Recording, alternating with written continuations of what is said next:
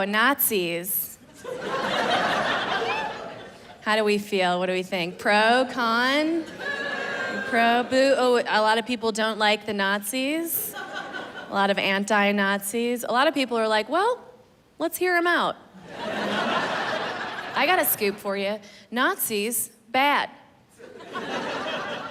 How about that? How about they're just bad and that's what it is and we don't need to look into it anymore? How about that's the long and short of it, maybe? In fact, I've gone my entire life without thinking Nazis were anything but bad, and it's never led me astray. Never once have I had a problem thinking Nazis are bad. I've never wanted the opinion of a Nazi for any reason. I've never been like, should I get bangs? Let me ask a Nazi. It's never been a problem. In fact, I use that as like a canary in a coal mine when I don't want to do research on something, you know? Remember that dress on the internet a few years back that was like either blue and black or white and gold? I didn't even look that shit up. I was like, what do the Nazis say? I'm the other thing. Done. It's easy. Just easy. I like it to be easy and fucking streamlined, you know? Because I'm a busy woman, you know? I've got a lot going on. I'm a mom. Thank you. Thank you. Any moms here? Moms, yeah? How many do you have? You have one? All right, I have two. So, God knows what you can handle. Me too. I've got two, and it's like, well, they're two amazing, awesome cats. And I love them, you know. They're my world. They're at that age, but they are my world, you know. People complain about having one. I'm like, call them when you have two, you know. They're the best. They are. And I'm a single mom doing it on my own, and I want to communicate with my babies and tell them, I know I go on the road a lot, but I do it for you. And they're like, well, who are you? So they don't know what a person is. They have acorn brains. So I love cats. They're great. I do maybe want to be the mom of a human person someday. I don't know what it's like to be a mom of a human child. I don't have any babies, obviously, that I know of. Been around the block though. Okay.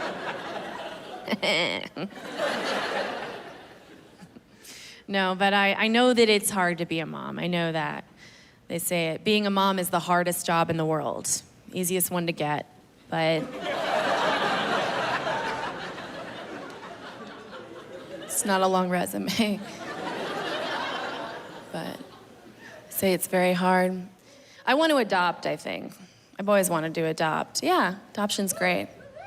But a lot of people don't adopt. They think they're afraid because they're afraid they're not going to be able to love their child if it's not biologically related to them, which I have to say I understand. Because like I said, I have two cats, and the one I adopted I love way less. I gotta, I admit it, I have favorites. I am a cat person. Any cat people here tonight? Cat people? Yeah. It's my audience, that makes sense. Where are my dog people at? Yep, dog people.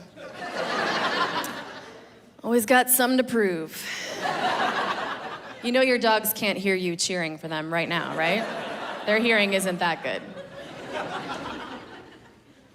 I'm a cat person, and like most cat people, I am also a dog person because I'm fucking reasonable, all right? It's just the dog people that are being exclusive and weird.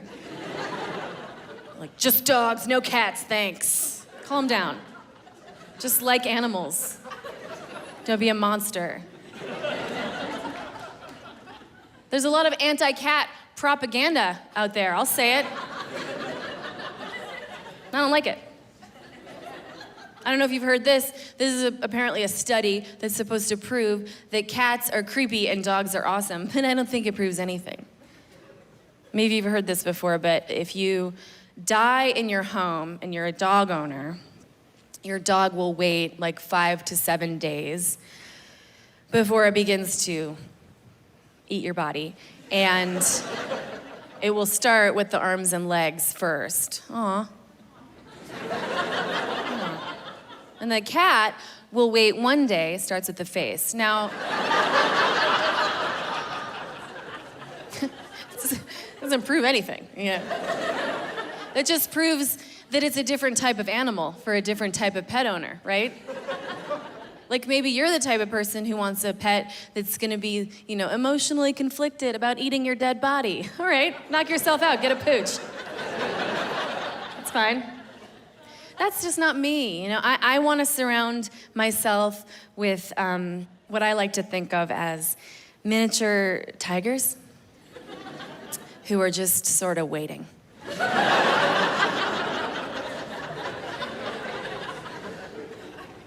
They're so cute. My cats are really cute, though. Everybody loves my cats. They're so cute. Sometimes in the morning, they wake me up by making little biscuits on my chest, and then they'll lick my nose. And then when I open my eyes, they're like, oh, sorry, we'll come back. Thought it was time to eat your face. Sorry about that.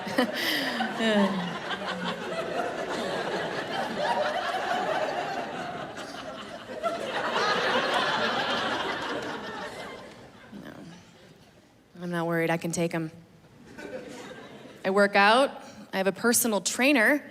I've had a personal trainer for quite some time, way longer than it should take to look like this. I should be ripped and jacked. I should be at least 7 feet tall at this point with the money that I've invested in it. I was living in Canada during the election, the presidential election, I don't know if you remember it.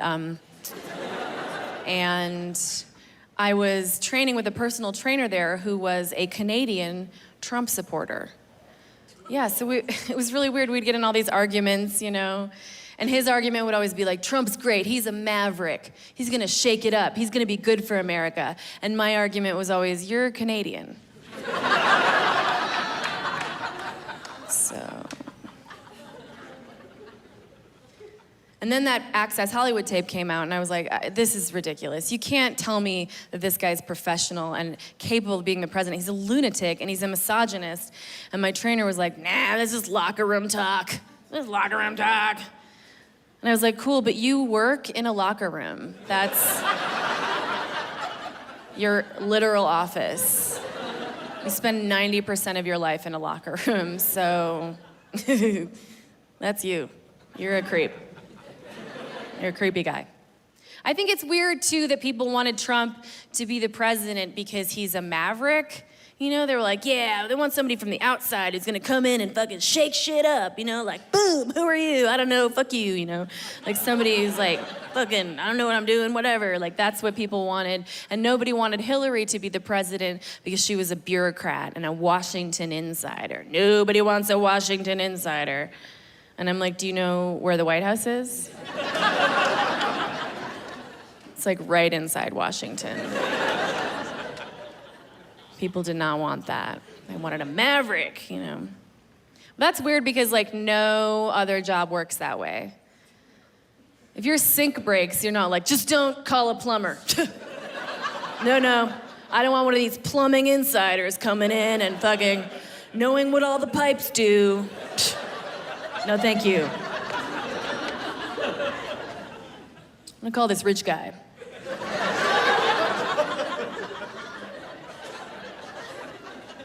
He'll know what to do. I'm a feminist. A lot of people know that about me. You guys too. Get home safe. Let's get a buddy. I'm a feminist, and a lot of people are supportive of it. Some people don't get it. They're like, oh, you're a feminist. Does that mean you hate men? And I'm like, no, I'm a feminist. That just means men hate me. But, I don't hate men. I love men. What I hate is toxic masculinity, which is a set of behaviors that men feel like they have to do sometimes that ruin everybody's day. Like when men catcall me on the street, when they fucking talk over me at work and refuse to listen to me, or when they love Radiohead, stuff like that.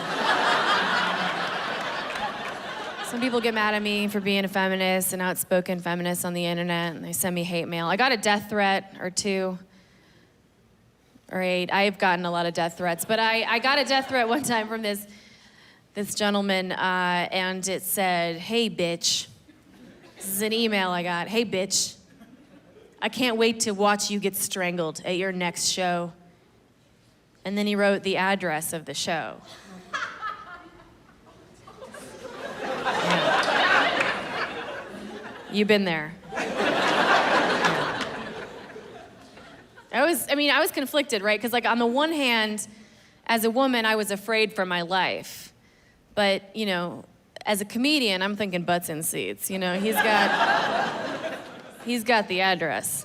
It's more than I can say for most of my friends, you know, I mean. And he didn't say he was gonna strangle me. He said he was gonna watch me get strangled. He's bringing friends, you know. I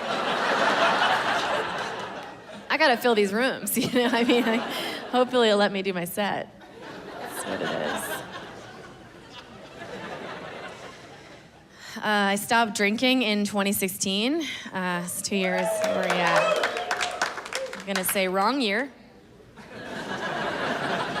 Say wrong year to stop. I'd love to be shit-faced through all this, but I couldn't. I was a messy drunk. I had to clean up my act. Basically, I was getting drunk and punching people who weren't Nazis.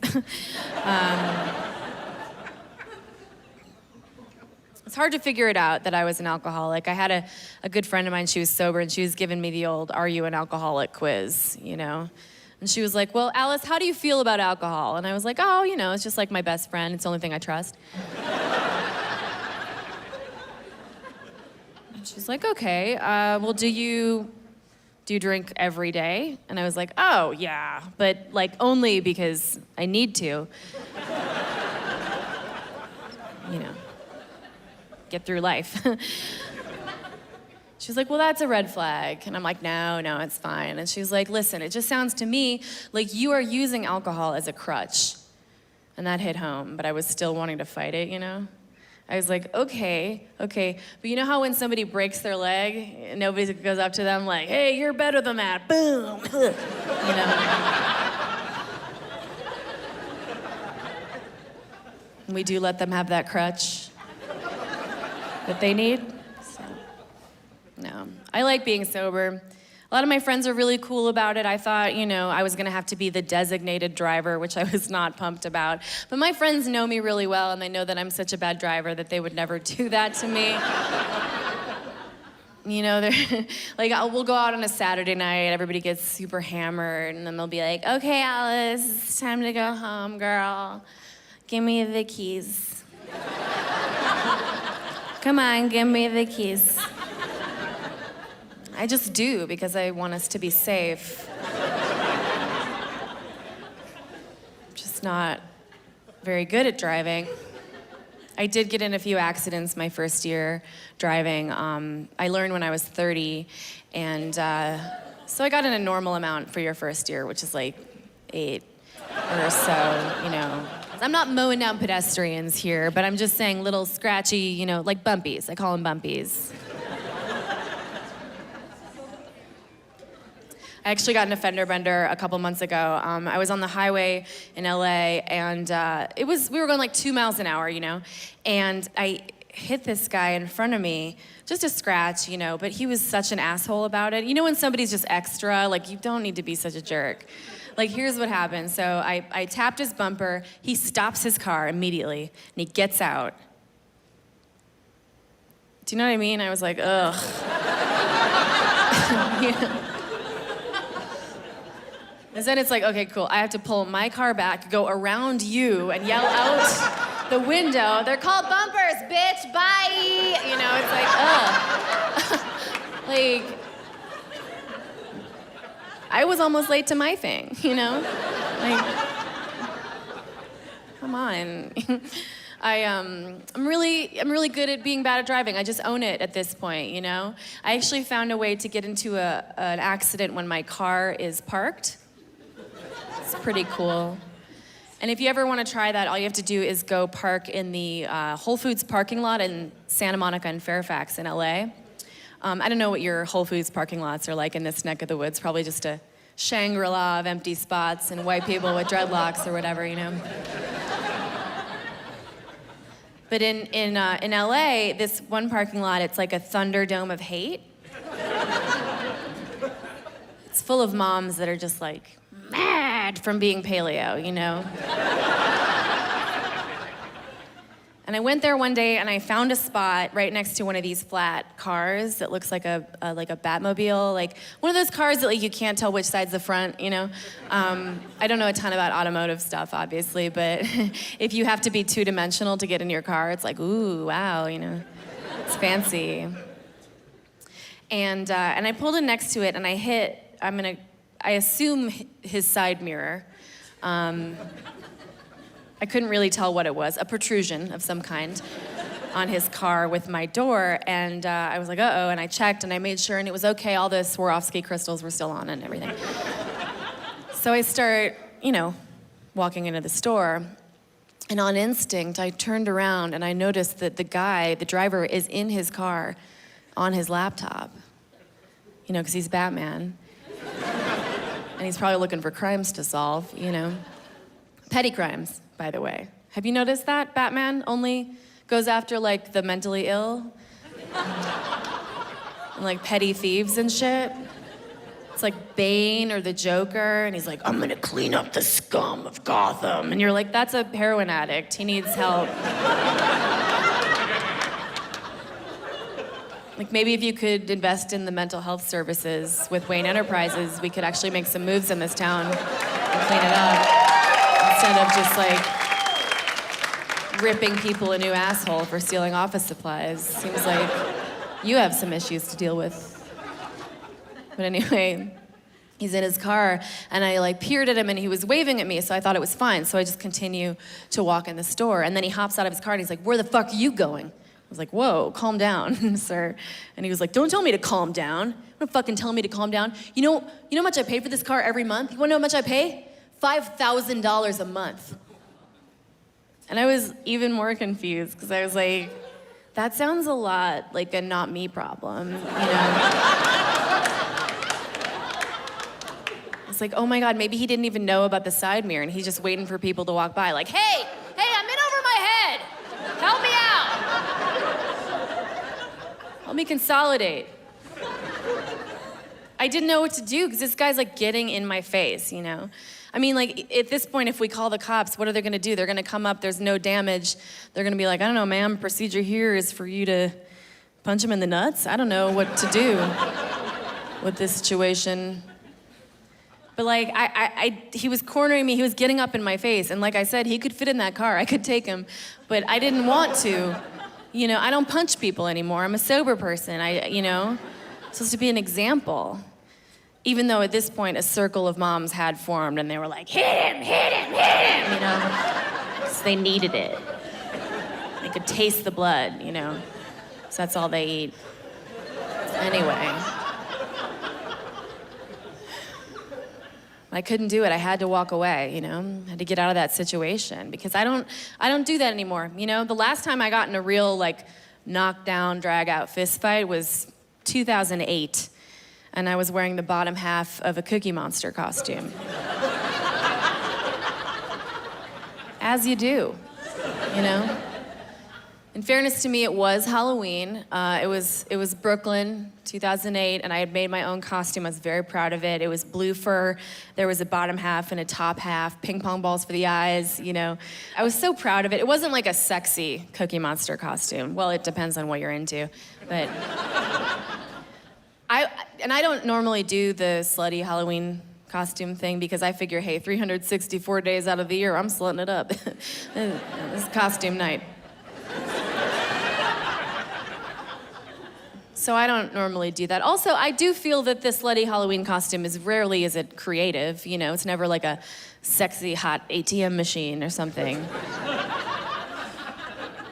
It's always just like a set of bunny ears and some lingerie. And you're like, what are you? And the girl's like, I'm a sexy bunny. And you're like, not to a bunny.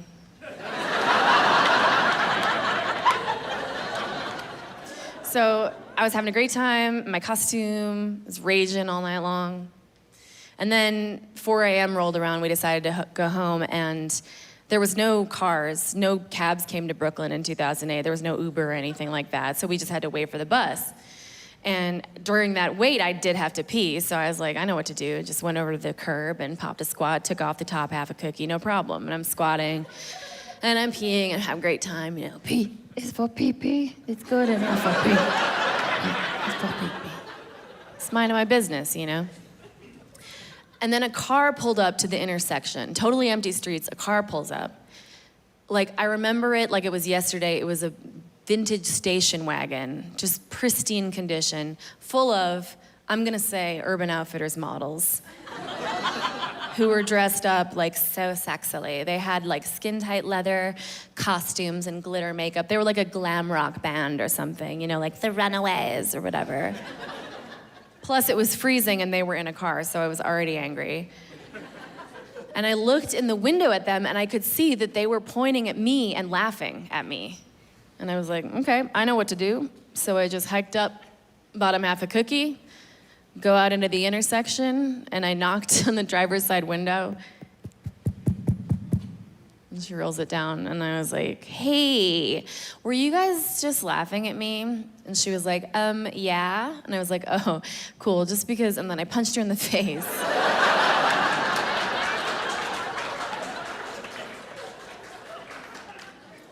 So the driver of that car just got hit by a pedestrian, is what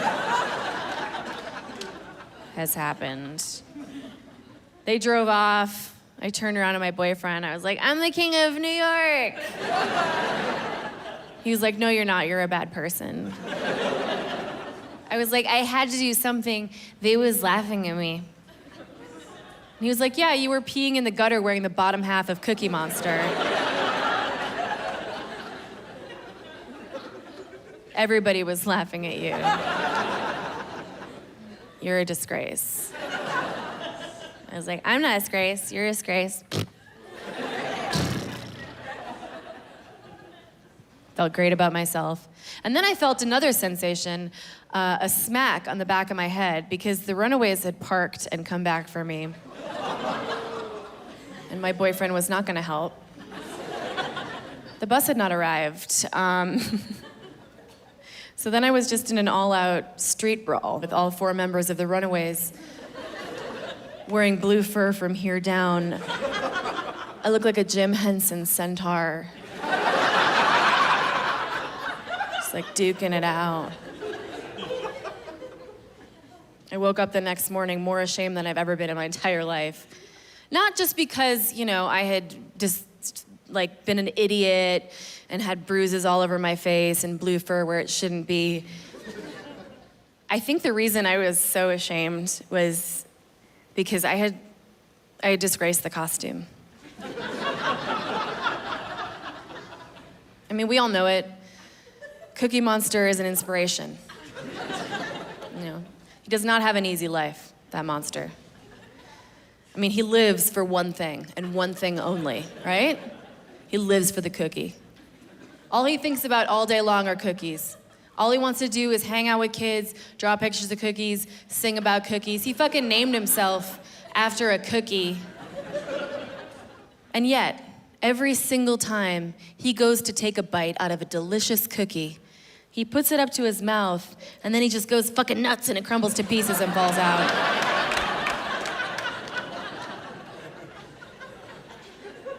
I mean, his life is hell. He doesn't punch anybody about it. He doesn't complain. He's never even gone to see a doctor about his esophageal issues. It has been 70 years. He has never ingested an ounce of cookie.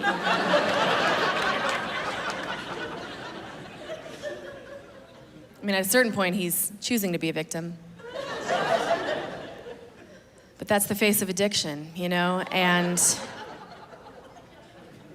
that's when I decided, then and there, that I was gonna get sober 9 years later. So I did it.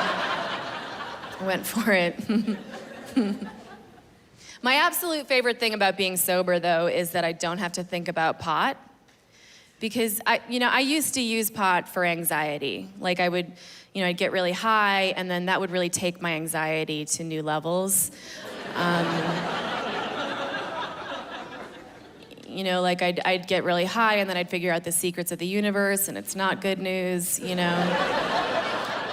And the worst for me is edibles. Edibles were awful for me. They're too intense these days. It's not okay anymore. We gotta put the plug in it, And if you've ever had edibles, you know exactly what I'm talking about. Because you're still high right now. From that one time. If you don't know, edibles are a time-release drug, which means that you take them and then you are released from time. You don't... Just never to be seen again. I had a very bad experience one time on edibles in Chicago. I was traveling to Chicago with that same boyfriend from the Cookie Monster story, and he had these cute little Jolly Ranchers with weed in them, and he gave me one. And I was like, how much of this should I take? And he was like, do like a quarter of it. And I was like, cool. It's a Jolly Rancher.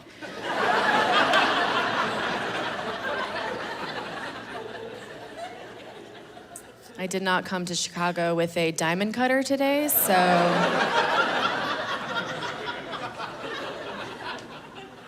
I just ate it. And then I got very high. And then 4 hours went by, and I got way more high because there's no brakes on that train. It just gets worse. And I was like, all right, I'm pulling the plug. I gotta go back to the hotel and cry and drink Gatorade and flush this out. I can't do this anymore. And he was like, we can't go back to the hotel. I forgot, we're meeting up with my friend Ted. You've never met him before, but he's really, really cool, and he's so excited to meet you. And so we waited, and then Ted showed up, and he was like, hey, Alice, I'm Ted. Oh my God, I'm so excited to meet you. I can't wait to show you my Chicago.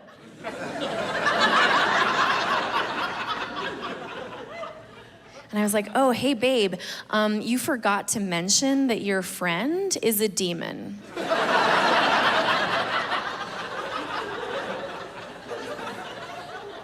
From another dimension.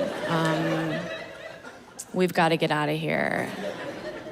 We couldn't get out of there. We had to go see Ted's Chicago. And what Ted's Chicago amounted to was the top of a very tall building in which there was a very fancy restaurant, which he wanted us to go to, not so we could eat there, but so that we could stand in the vestibule of the restaurant and stare out the window past all the people who were eating dinner there, who were, and this is important, not tripping balls. I was like, Ted, this is such a great idea. How did you think of such an amazing plan for us? You take the highest people you've ever met and bring them to the highest place you could think of.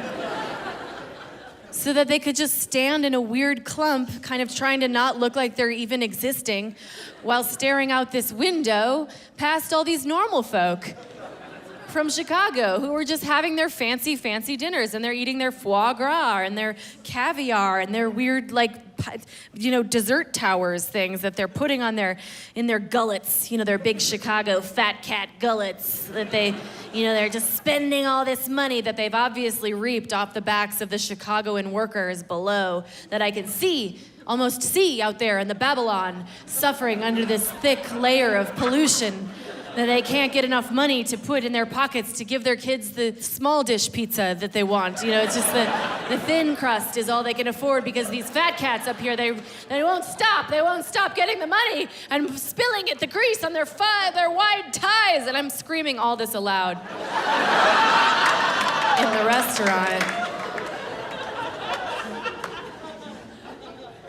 And my boyfriend had to be like, she's in an improv team, which is... That's how you get out of that, if you ever need to.